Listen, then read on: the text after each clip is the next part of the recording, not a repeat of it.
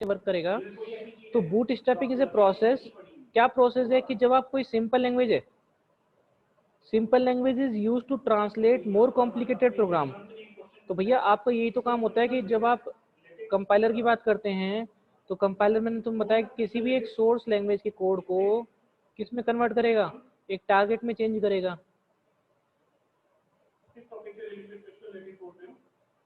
But वो compiler भी तो एक इंटरमीडिएटरी कंपाइलर भी तो किसी लैंग्वेज में आपका लिखा गया होगा।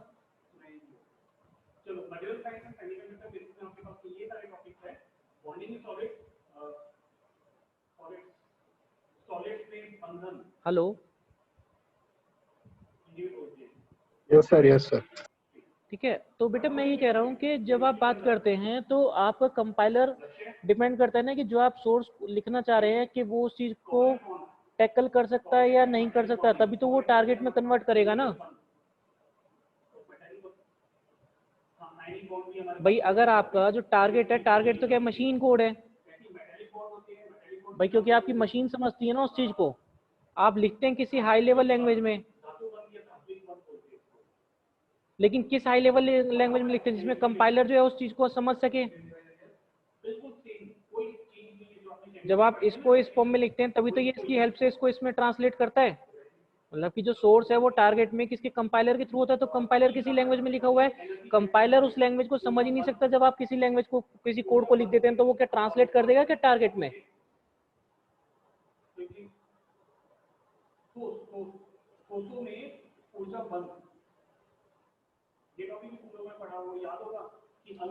अब ये जो स्टेप है ना इसको मैं तुम्हें ऐसे समझाता हूँ। जो पहला स्टेप मैंने लिखा है कि प्रोसेस है जिसमें सिंपल लैंग्वेज जो यूज होती है to translate more complicated program. Like आपने ये आपका टी डायग्राम हो गया। मान लीजिए यहाँ पर आपने कोई कोड लिखा था, यहाँ था पाइथन, ये था सी, ठीक है। और यहाँ पे मान लेते हैं आपको कोई और लैंग्वेज, मान लीजिए यहाँ पर कोई आपने लिखा सी प्लस प्लस।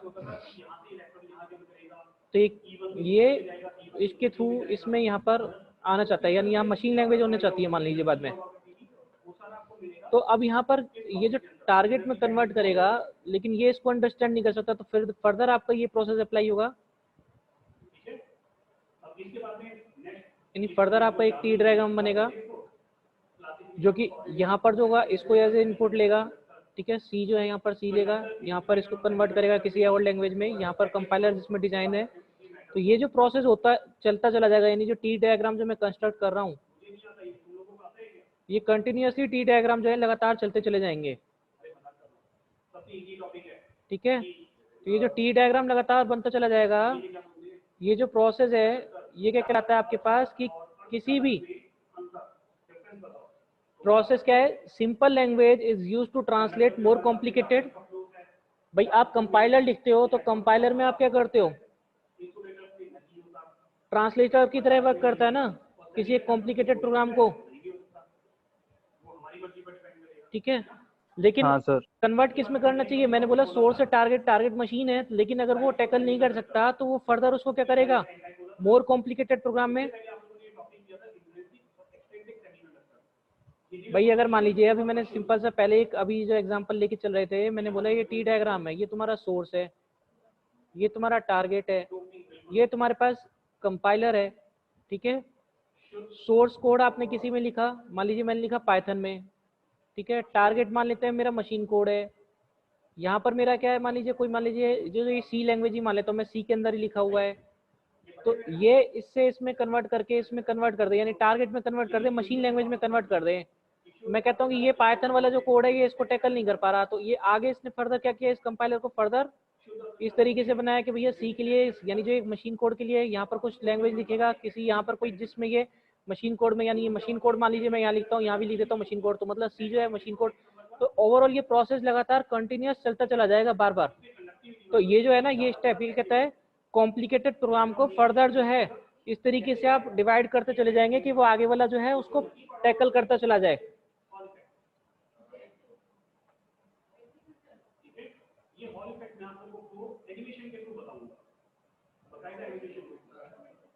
हेलो, हाँ सर हाँ।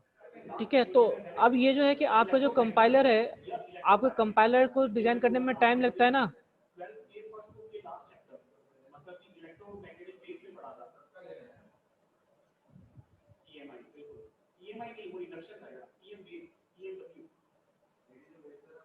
कनिष्क वीडियो बंद कर ले। ठीक है। अब यहाँ पर जो आपका कंपाइलर डिजाइन करने में टाइम लगता है, तो आपका जो कंपाइलर डिजाइन जो एक कॉम्प्लिकेटेड प्रोसेस है, तो इसकी जो लैंग्वेज होनी चाहिए, ठीक है, वो लैंग्वेज कैसी होनी चाहिए? सिंपल यूज होनी चाहिए।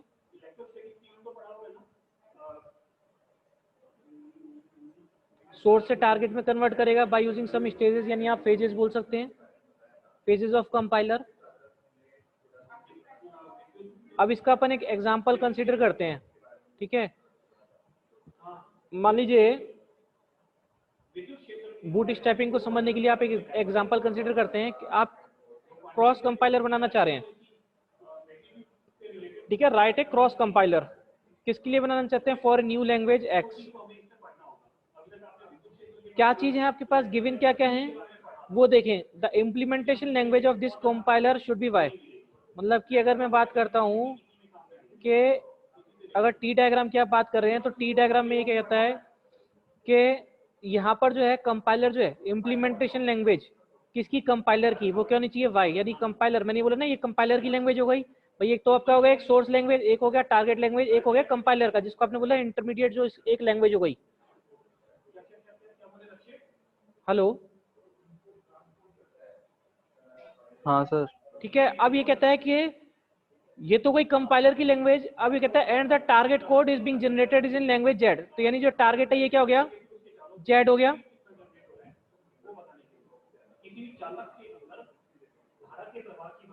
ठीक है, और किस लैंग्वेज के लिए क्या लिखना चाह रहे हो आप? यहाँ लिखना चाह रहे हो लैंग्वेज एक्स के लिए।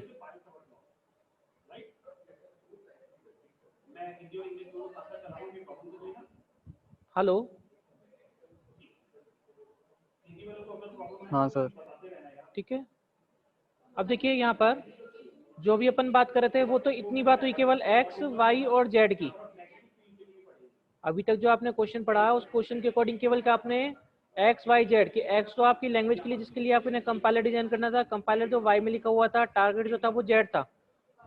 ठीक है, यहाँ तक किसी कोई दिक्कत है? टी डायग्राम बन गया X Y Z, source destination और ये यानी सोर्स टारगेट और ये बीच में कंपाइलर की लैंग्वेज। ठीक है, यहाँ तक किसी कोई दिक्कत है क्या भाई? टी डायग्राम में जब आप रिप्रेजेंट कर रहे होंगे, ये हो गई सोर्स लैंग्वेज, ये हो गई टारगेट लैंग्वेज, ये हो गई कंपाइलर की लैंग्वेज। आप इसको देखें अभी तक लाइन बाय लाइन, इसका जो क्वेश्चन है इसको पढ़ते चलें। ये कहता है कि एक लैंग्वेज है एक्स, ठीक है, यानी सोर्स हो गया वो क्या है? एक्स है। ठीक है, और इम्प्लीमेंटेशन जो लैंग्वेज है कंपाइलर की वो क्या है? Y. Source X, implementation language compiler की वाई, और टारगेट क्या हो गया? जेड। तो टी डायग्राम जब आपने अभी तक इसके लिए रिप्रेजेंट किया, तो इसके लिए जो टी डायग्राम बना वो क्या बना आपके पास? एक्स जेड और ये हो गया Y, implementation language of your compiler.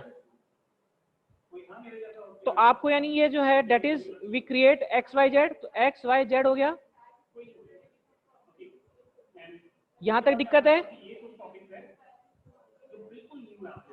बेटा? बताते चलो, क्योंकि इसके आगे फिर क्रॉस कंपाइलर बताऊंगा तो फिर आगे बूट स्ट्रैपिंग का प्रोसेस यही चल रहा है। ठीक है, प्रॉब्लम को आगे कॉम्प्लिकेटेड से मोर कॉम्प्लिकेटेड के लिए आप डिजाइन करते चले जाएंगे कंपाइलर पे कंपाइलर। यहां तक किसी कोई दिक्कत है क्या?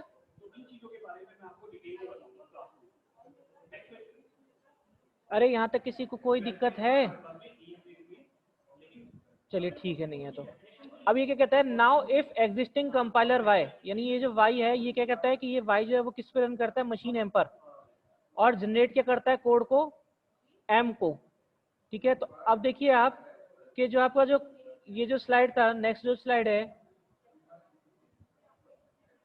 ये क्या कहता है कि जो ये जो लैंग्वेज है वाई जिसमें आपने कंपाइलर लिखा हुआ था ये, ठीक है, ये क्या कहता है? वाई जो है इसके लिए ये एम्पर और ये भी एम्पर। तो ये देखिए यहाँ पर जो आपका जो क्वेश्चन गिवन है, क्वेश्चन गिवन पे एक बार वापस पढ़ें कि क्वेश्चन क्या कहता है। क्वेश्चन कहता है आपको वापस कि आपके पास एक कंपाइलर एग्जिस्ट करता है, ठीक है, आपके पास कंपाइलर एग्जिस्ट करता है, कैसे कहता है कि if existing compiler Y runs on a machine M और जनरेट से टारगेट, तो ये आपका एक तरीके से इनपुट, ये आपका क्या हो गया टारगेट, यानी आपका जो आउटपुट, ठीक है, सोर्स ये हो गया, टारगेट ये हो गया, तो सोर्स और टारगेट, लेकिन किस पे रन कर रहा है, मशीन एम पर, तो ये बीच में क्या हो गया आपके पास मशीन एम, यानी आपका जो जो आपने बूट स्टेप में जो टी डायग्राम बनाया वो यहाँ पर बन जाएगा वाई एम और यहाँ भी बन जाएगा एम।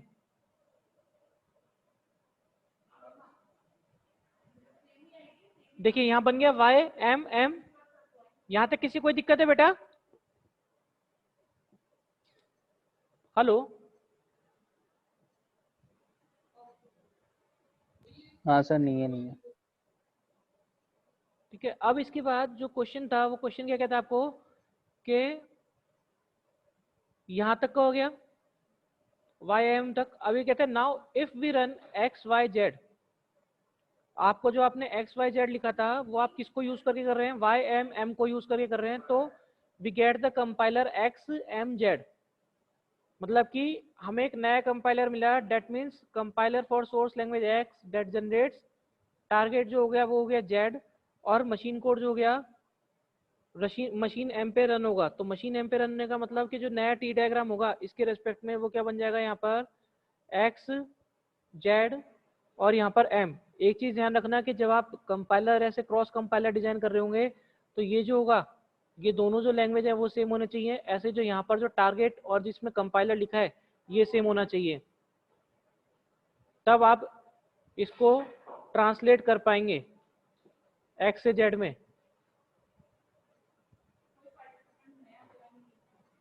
ठीक है क्लास?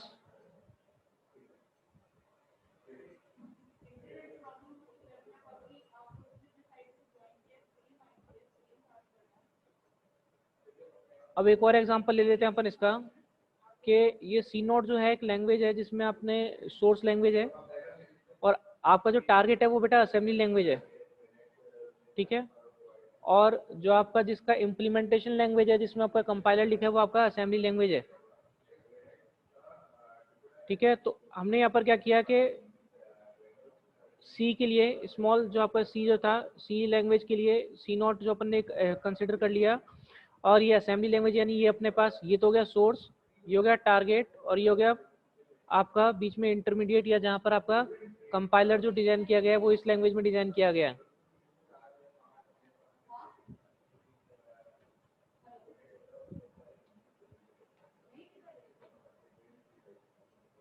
हेलो?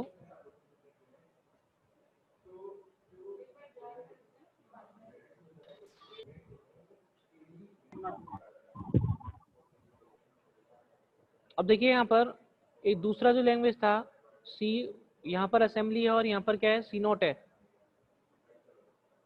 इसमें यहाँ पर क्या था पहले वाले में असेंबली, ठीक है, तो ये असेंबलर जो था सीधी सीधी बात करें आप मुझे एक बात बताएं कि ये असेंबलर जो है वो डायरेक्ट सी नोट के कोड को समझ सकता है क्या? यानी जो सी लैंग्वेज या किसी भी लैंग्वेज के अंदर आपका कोड है उसको आपका असेंबलर डायरेक्ट समझ जाएगा क्या असेंबली लैंग्वेज का? No sir. तो इसका जो बूट स्ट्रैपिंग का जो यूज यही है कि आप जब ये चीज नहीं समझ सकते तो आप इसको आगे फर्दर जो है दूसरा एक कंपाइलर यानी एक टी डायग्राम डिजाइन करेंगे। ठीक है, इट मीन्स वो जो होगा वो किसको समझना चाहिए, एज एन इनपुट इसको लेना चाहिए ना, क्योंकि टारगेट तो ये है। हेलो?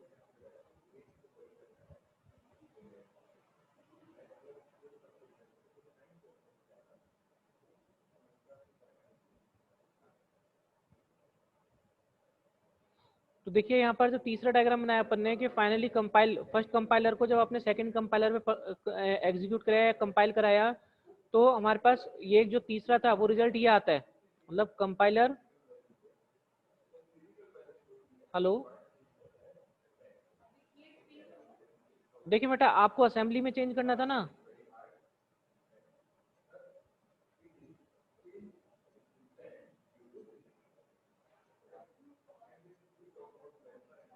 हेलो बेटा, तुम लोग रेस्पॉन्ड क्यों नहीं कर रहे हो? हाँ सर हाँ। तो यहाँ पर आपने क्या किया है, जो आपका जो कंपाइलर था, we compile the second compiler using the first compiler, ठीक है। आपका कंपाइलर 2 जो था ये था। अब यहाँ पर देखें, एक चीज हमेशा ध्यान रखना, इन दोनों का जो यानी जिसमें ये लिखा गया है, ठीक है, यानी इम्प्लीमेंटेशन लैंग्वेज और इसके लिए जो सोर्स लैंग्वेज है वो सेम है कि नहीं है?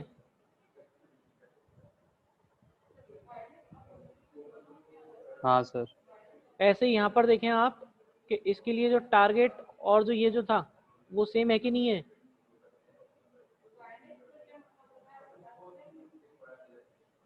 Yes sir. तो आपको कन्वर्ट तो इससे सी से करना था असेंबली में, ठीक है। तो आपने इसमें कन्वर्ट करने के लिए क्रॉस कंपाइलर को यूज कर लिया। जो क्रॉस कंपाइलिंग का जो कंसेप्ट होता है वहां पर आप किसका यूज कर लेते हैं, आपके बूट स्ट्रैपिंग का, for designing the cross compiler.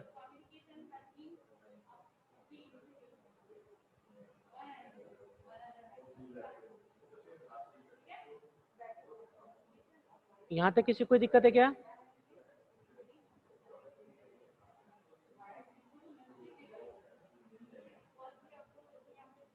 Hello, देखिए उसके बाद आता है कंपाइलर कंस्ट्रक्शन टूल्स। तो there are different compiler construction tool और for the development of the compiler. उसमें क्या होता है, scanner, parser, syntax direct translation.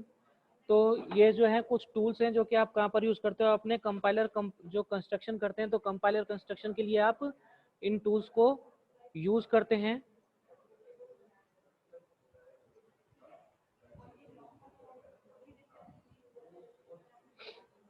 अब कंपाइलर की अगर बात करें तो one pass compiler, multi pass compiler, syntax directed, intermediate, ये इसके जो कुछ फर्दर ओवरव्यू है कंपाइलर का। इसके बाद जो टॉपिक आता है वो आता है बेटा फाइनाइट ऑटोमेटा।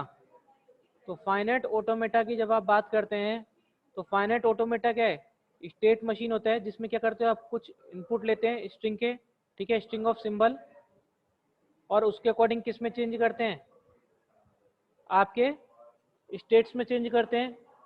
इसमें आपके पास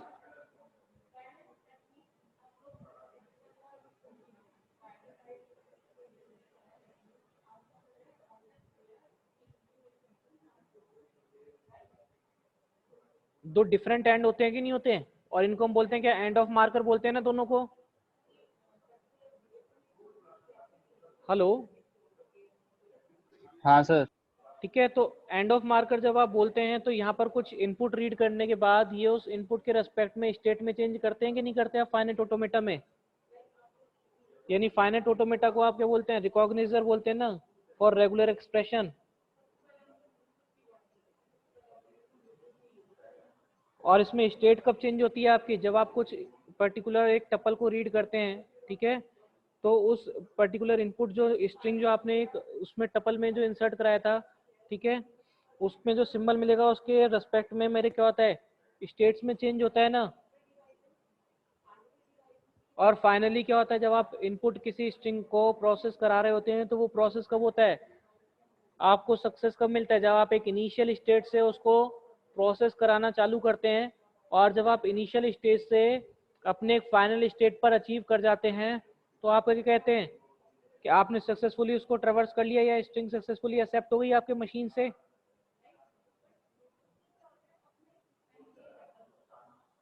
अरे यही होता है कि नहीं होता? हाँ सर। ठीक है। Yes sir. अब इसमें जब आप फाइनाइट ऑटोमेटा का मैथमेटिकल मॉडल की बात करते हैं तो इनको रिप्रेजेंट करने के लिए आप कुछ टपल्स को यूज करते हैं।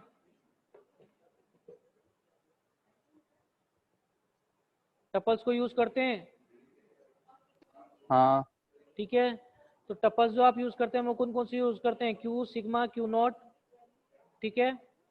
मतलब ये तो हो गया आपका set of states, finite set of states, ठीक है। ये आपको पता था किसको, इनपुट सिंबल को। यहाँ पर क्या बताता है आपके पास, स्टार्टिंग स्टेट एक होगी आपके पास, फाइनल स्टेट, और एक होगा आपके पास ट्रांजिशन फंक्शन। ये ट्रांजिशन फंक्शन क्या करेगा, मैपिंग करेगा कि जो आप स्टेट पर कुछ एक इनपुट रीड करते हैं, उस इनपुट को रीड करने के बाद, यानी क्यू कोई स्टेट है उस पर आपने कोई सिंबल रीड किया, मान लीजिए ए या बी या 1 0 जो भी, ठीक है। तो उस स्टेट पर कुछ इनपुट रीड करने के बाद आप कहाँ पर पहुंच जाते हैं, किसी स्टेट पर, ठीक है। तो ये जो है जिस स्टेट पर आपने इनपुट रीड किया ये उसके रेस्पेक्ट में जो आपका नेक्स्ट स्टेट हो गया। फिर इस फाइनाइट ऑटोमेटा को आपने 2 पार्ट्स में डिवाइड किया था, डीएफए और एनडीएफए।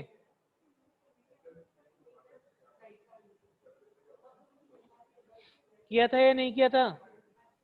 हाँ सर। Yes sir. तो जब आपने डीएफए पढ़ा था तो आप बताते हैं कि एक जब हम एक कोई एक मान लीजिए मैंने ए रीड किया, तो ए को रीड करने पर मैं पर्टिकुलर एक ही स्टेट पर जा सकता हूँ। मतलब for a single input I have only a single output, ठीक है, यही था ना। But for NDFA for a single input you can have multiple output. यानी मैं अगर मान लीजिए अगर एक फाइनाइट ऑटोमेटा, और किस फॉर्म में बात कर रहा हूँ मैं, डीएफए की बात कर रहा हूँ। तो डीएफए में अगर मैं बात करता हूँ, मान लीजिए ये स्टेट मेरी क्यू नॉट है, तो क्यू नॉट पे मैं अगर ए इनपुट देता हूँ तो मैं यहाँ पर आ रहा हूँ मान लीजिए क्यू वन पर। बट अगर आप एनडीएफए की बात करें तो इसी इनपुट ए पर मैं हो सकता है एक और स्टेट पे चला जाऊं, होता है ना ऐसे ही। हाँ सर। और दूसरा जो है कि आपका जो एनडीएफए होता है उसमें आप नल ट्रांजिशन को यूज करके यानी बिना किसी इनपुट सिंबल को कंज्यूम किए आप नेक्स्ट स्टेट पर चले जाते हैं।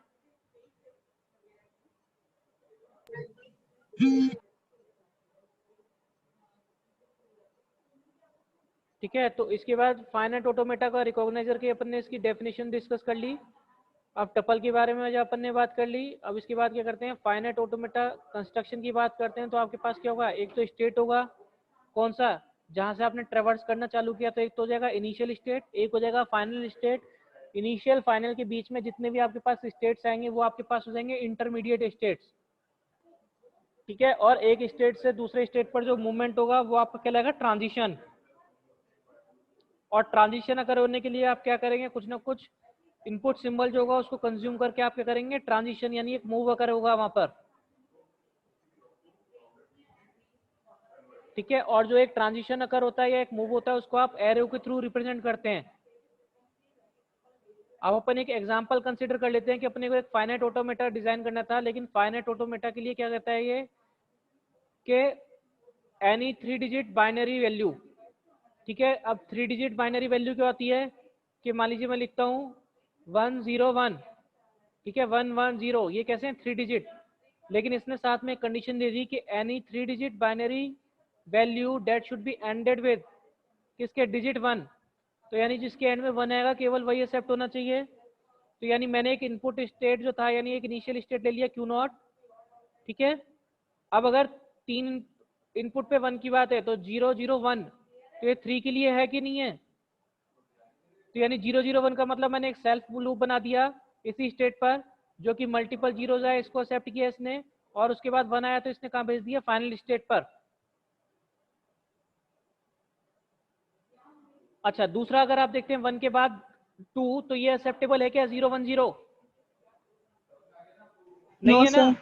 तो अगर मैं 0 इनपुट देता हूं तो 0 पर तो मैं यहाँ रहा, 1 पे मैं यहाँ आया क्योंकि 0, ठीक है, कंज्यूम है, 1 पे यहाँ आया, लेकिन 0 पर मैं कहाँ पर आ जाता हूँ, यहाँ पर। भाई 0 1 0 वापस कहाँ गया, इनिशियल स्टेट पर। It means for designing the finite automata you have to apply some logics, ठीक है, कि कितने आपको स्टेट क्लियर कंसिडर करने हैं, किस स्टेट पर आपको क्या इनपुट देकर जाना है, ट्रांजिशन क्या कर आना है, ठीक है। अब यहाँ पर देखें, क्या मेरे 0 पर अगर मैं क्यू नोट पे अगर 0 की बात कर रहा हूँ तो मैं क्या मल्टीपल 2 स्टेट पर जा सकता हूँ क्या, कि 0 पे मैं क्यू नोट पे भी रह रहा हूँ और क्यू एफ पे भी चला जाऊँ, ऐसा तो नहीं है ना।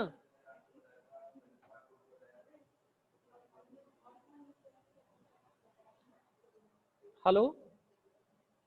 हाँ सर। तो हाँ। इट मीन्स ये फाइनाइट है ना, कि मेरे को पता है कि यहाँ से एक ट्रांजिशन यही अकर हो रहा है, दैट इज डीएफए, डिटर्मिनिस्टिक।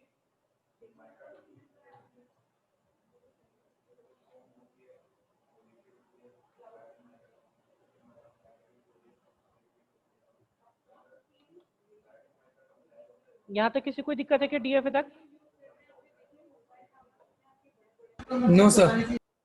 ठीक ठीक है। इसी तरीके से आपका क्या हो जाएगा, एनडीएफए, एनडीएफए में जो आपका ट्रांजिशन है उस ट्रांजिशन में चेंज हो जाएगा, वहां पर आप नल के लिए और एक से ज्यादा यानी 2 वहां पर क्यू के फॉर्म पे आपका फॉर्मूला बन जाता है। ठीक है। Okay sir.